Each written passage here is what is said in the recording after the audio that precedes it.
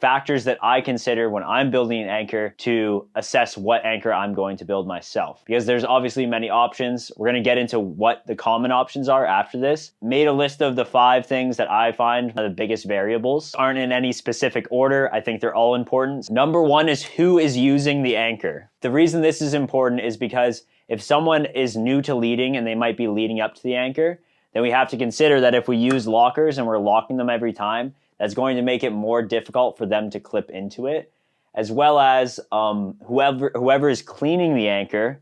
There's been scenarios where people have set stuff up to clean easily, and then there's been accidents.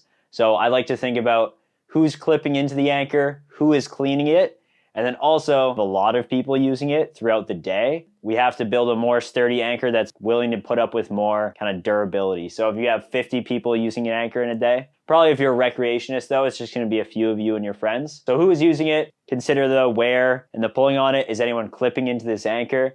Is anyone cleaning it who isn't you? And what are their skills as far as using it? Time in use / unsupervised. So we talked about that earlier in this course. Anchors are primarily an unsupervised system.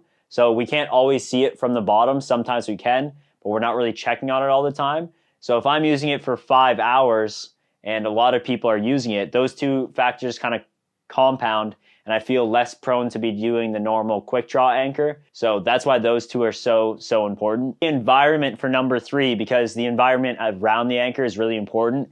If I have a really sharp rock right here and I can extend the anchor a little bit further and my rope won't be running over that sharp rock, that's something that's really important to me. Sometimes having it even shorter might be more beneficial, having it directional. Just what's around it and what's the environment surrounding the anchor so I can factor that in is important. It's mostly about sharp rocks, rough rocks. Just take a look around, right? The gear that you don't have, 10 meters of static rope or every single type of sling and carabiner up there with you. So this is something you should consider before you get off the ground, really, is you have enough gear to deal with whatever anchor you have up there. I've talked about what I bring with me in other videos. Usually it's 5.5 meters of cordlet and a 120 sling, a few non-lockers, few lockers, and I'm pretty ready for anything as far as sport climbing. So gear you have is going to determine what you're able to build. And then the last thing is a wandering route or the direction of the load. Some routes go back and forth a lot. And the reason that's important is because of what we talked about earlier, equalization.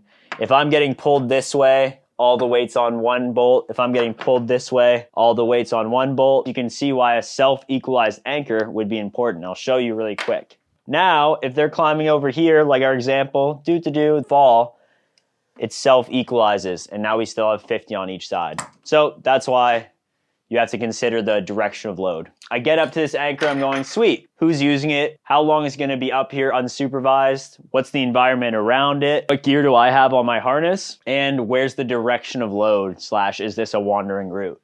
Those are all things that go through my brain really quick before I start building something. And in the next video, I'm gonna show you some common examples of anchors I build when I'm outside and what I've seen other people build throughout my 8 years of climbing. Let's get into it.